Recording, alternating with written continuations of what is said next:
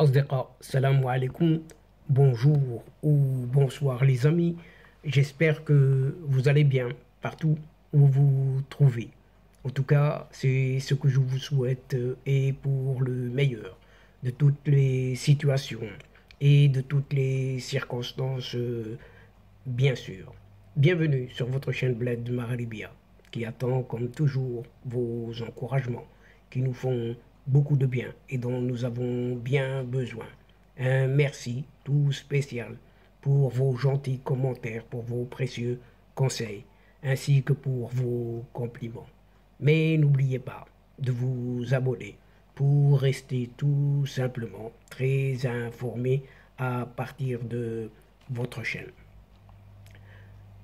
أصدقاء، نتمنى تكونوا بخير وعلى خير أينما كنتم. أهلا وسهلا بكم ومرحبا بكم في قناتكم. Cette séquence vidéo revient sur une certaine France, entre guillemets, qui a perdu le Maroc, alors que le royaume marocain appelle, quant à lui, à l'imposition du visa aux Français cette fois-ci. Par contre, un eurodéputé conseille à la France d'arrêter de mépriser le Maroc, à l'image de ce fameux jeu, de ce vice-versa, en quelque sorte, qui perd gagne, alors que la polémique sur l'aide de la France au Maroc, secouée, comme on le sait maintenant, par un violent tremblement de terre le 8 septembre dernier, continue d'enfler et de gonfler. Alors, cet eurodéputé fustige l'attitude de Paris et lui conseille d'arrêter de désestimer Rabat. Les relations entre le Maroc et la France continuent de se tendre, de se détériorer, ce qui est un secret pour d'aucuns de Polichinelle. Un certain Abdelhak Najib, il est écrivain, politologue, essayiste et conférencier, spécialiste de l'Afrique et des relations internationales, estime, cette fois-ci, que Paris a perdu Rabat. Récemment, bon nombre d'internautes marocains, marocaines ont appelé le Maroc à imposer le visa, vous entendez bien, aux Français souhaitant se rendre dans le royaume du Maroc. Et cette campagne en ligne fait suite à l'expulsion par les autorités marocaines du rédacteur en chef adjoint au service Monde de l'hebdomadaire français Marianne Quentin Muller, de son nom, et de sa collègue, la reporter et photojournaliste Thérèse Di Campo, au message vidéo du président français Emmanuel Macron, publié sur X, dans lequel il s'est adressé directement aux Marocains et a promis le soutien de son pays au Maroc, touché par un puissant séisme faisant plus de 3000 morts, ainsi que l'acharnement des médias français contre le Maroc. Rien que cela, ni plus ni moins. Et il y a de quoi, un véritable ras-le-bol au niveau des populations marocaines. Et cette volonté d'imposer, coûte que coûte, aussi aux Français un visa est parfaitement compréhensible, a déclaré à Sputnik Afrique Abdelhak Najib, faisant savoir que la France a refusé, écoutez bien, plus de 80% des demandes de visa des Marocains, des Marocaines ces dernières années. Et il se trouve justement que les Marocains ont dépensé plus de 10 millions de dollars, vous entendez bien, en dossier et frais de dossier pour déposer leur visa. Non seulement ils reçoivent en réponse une fin de non-recevoir, mais ils doivent payer pour le refus, a souligné Abdelhak Najib. Selon ce politologue, Abdelhak Najib, il est peu probable que le Maroc impose le visa aux Français souhaitant se rendre dans le royaume. Il ajoute: je suis loin de penser que le gouvernement marocain veuille vraiment en arriver là avec les Français. S'il décide d'imposer un visa aux Français, il le fera et il jugera selon les intérêts du gouvernement marocain et du pays. Si cette histoire de visa devait aboutir et devenir une réalité, mais il y a beaucoup de Français qui vont en pâtir aussi, et ils vont ressentir ce que d'autres Marocains, Maghrébins, Africains, Arabes ont ressenti vis-à-vis de cette question-là. C'est ce qu'a prédit Abdelhak Najib. Selon ce spécialiste de l'Afrique et des relations internationales, Abdelhak Najib, le durcissement des conditions d'obtention des visas français à l'égard des pays comme le Maroc, l'Algérie, mais aussi la Tunisie et d'autres pays africains, du Liban, même le Qatar, est perçu comme une politique anti-arabe, anti-musulmane et anti-pays africain. Cet aveuglement-là n'est pas bon pour la France, qui est en perte de vitesse un peu partout, dans tous les domaines, analyse cet essayiste Abdelhak Najib. La France a perdu le Maroc. La France n'a pas pu récupérer l'Algérie. La France n'a pas pu récupérer la Tunisie, etc., etc. À savoir, défaite sur défaite. La France s'est fait huer et éjecter de toute l'Afrique, de ses anciennes colonies, son précaré français, ce qu'on appelait avant la France-Afrique, et d'ajouter cette politique d'Emmanuel Macron aujourd'hui a achevé de rompre les derniers liens véritablement minces, très minces, qui lient encore la France au Maghreb et au reste de l'Afrique.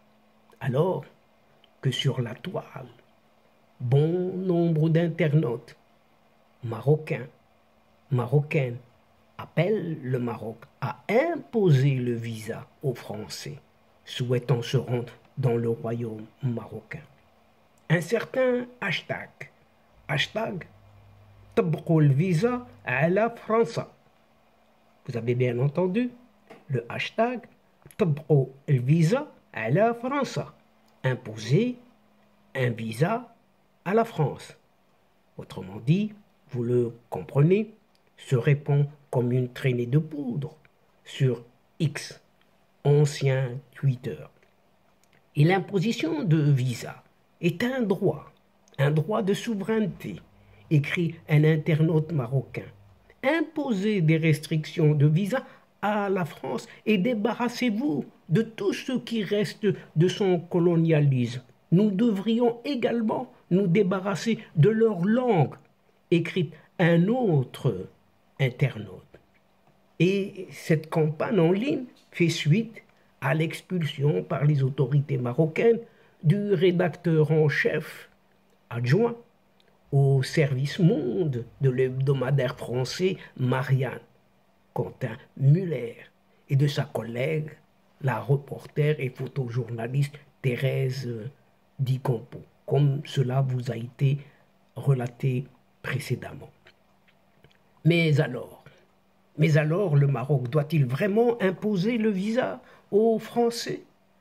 Rappelons que ces deux journalistes, dont il est question ici, ont été interpellés à 3 heures du matin dans l'hôtel de Casablanca, où ils séjournaient, puis emmenés à l'aéroport illico presto pour embarquer sur un vol à destination de Marseille. À 3 heures du matin, 10 hommes habillés en civil nous ont arrêtés, Thérèse Di Campo et moi, à Casablanca. Nous avons été emmenés et expulsés de force du pays sans aucune explication, a révélé ce Quentin Muller dans un post sur X, avant de dénoncer une arrestation purement politique. Fermons les guillemets, point. Il rajoute: l'objet de nos recherches sur place portait sur la violence économique, sociale et libertaire de ce régime marocain, animé par la toute-puissance du roi, de sa cour et de ses services de sécurité ultra-répressifs. C'est ce qu'a précisé toujours Quentin Muller, accompagnant son tweet du hashtag journalisme crime. Réagissons aussi à leur expulsion.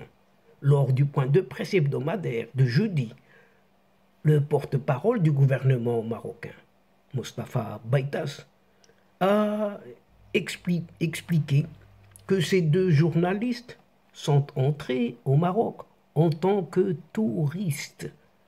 Ils n'ont demandé aucune autorisation.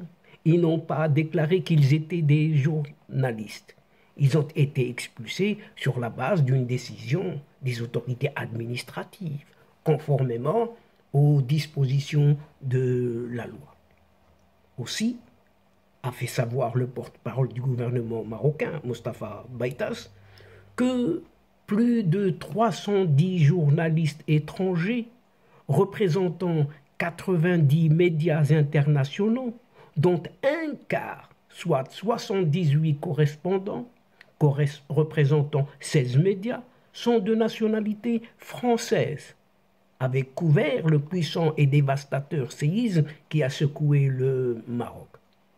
13 d'entre eux ont été accrédités lors du séisme et 3 avaient une accréditation permanente en dépit du fait que les couvertures, dans certains cas, n'étaient pas objectives, a ajouté le porte-parole du gouvernement marocain. Si ces journalistes n'ont pas connu une situation similaire que ceux du magazine Marianne, c'est parce qu'ils travaillaient dans la transparence et la liberté et avaient pris contact avec les citoyens et les victimes, a encore expliqué le porte-parole du gouvernement marocain, Mostafa Baitas, avant d'assurer: notre pays réaffirme qu'il respecte la liberté de la presse et qu'aucun journaliste ne subit de pression de quelque nature que ce soit.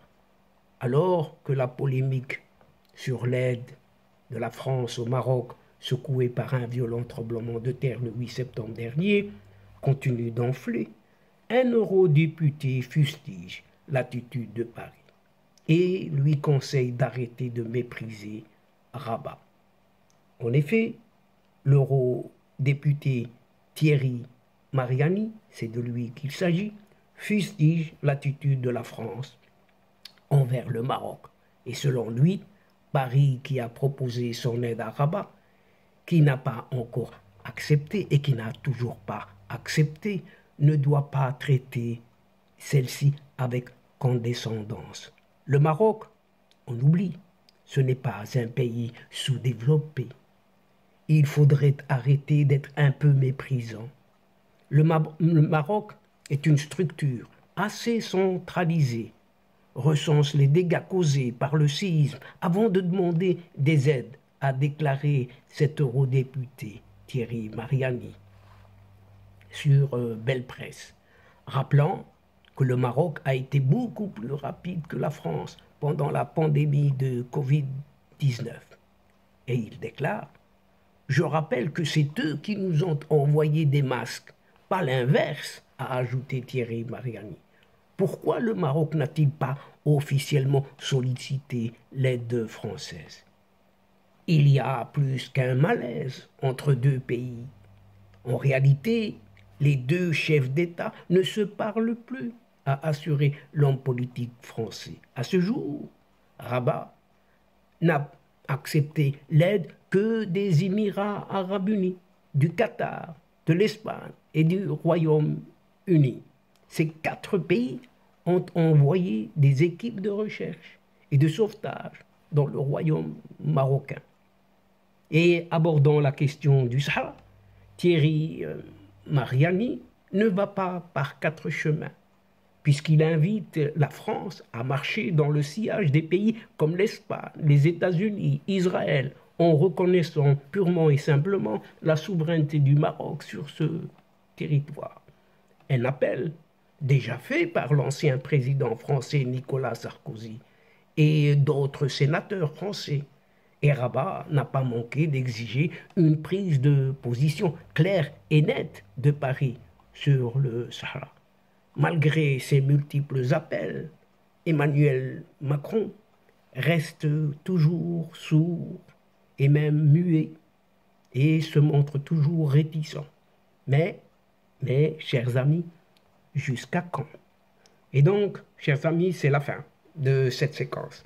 Et à une prochaine fois, en vous retrouvant avec plaisir, Inch'Allah. Mais n'oubliez pas de vous abonner et de faire abonner vos proches, juste pour recevoir les dernières nouvelles de votre chaîne, tout en vous remerciant pour votre suivi, votre fidélité. Mais n'oubliez pas aussi de partager partout où vous êtes, car la chaîne a énormément besoin de vous. الأصدقاء وصلنا إلى نهاية هذه الحلقة، وقبل موعد آخر للمرة القادمة إن شاء الله لا تنسوا الاشتراك لتصلكم الفيديوهات أخرى، ونشكركم كثير الشكر على مشاركتكم للمتابعة. L'instant est juste arrivé pour vous dire au revoir les amis et à la prochaine fois إن شاء الله. الأصدقاء السلام عليكم ورحمة الله وبركاته. مع السلامة.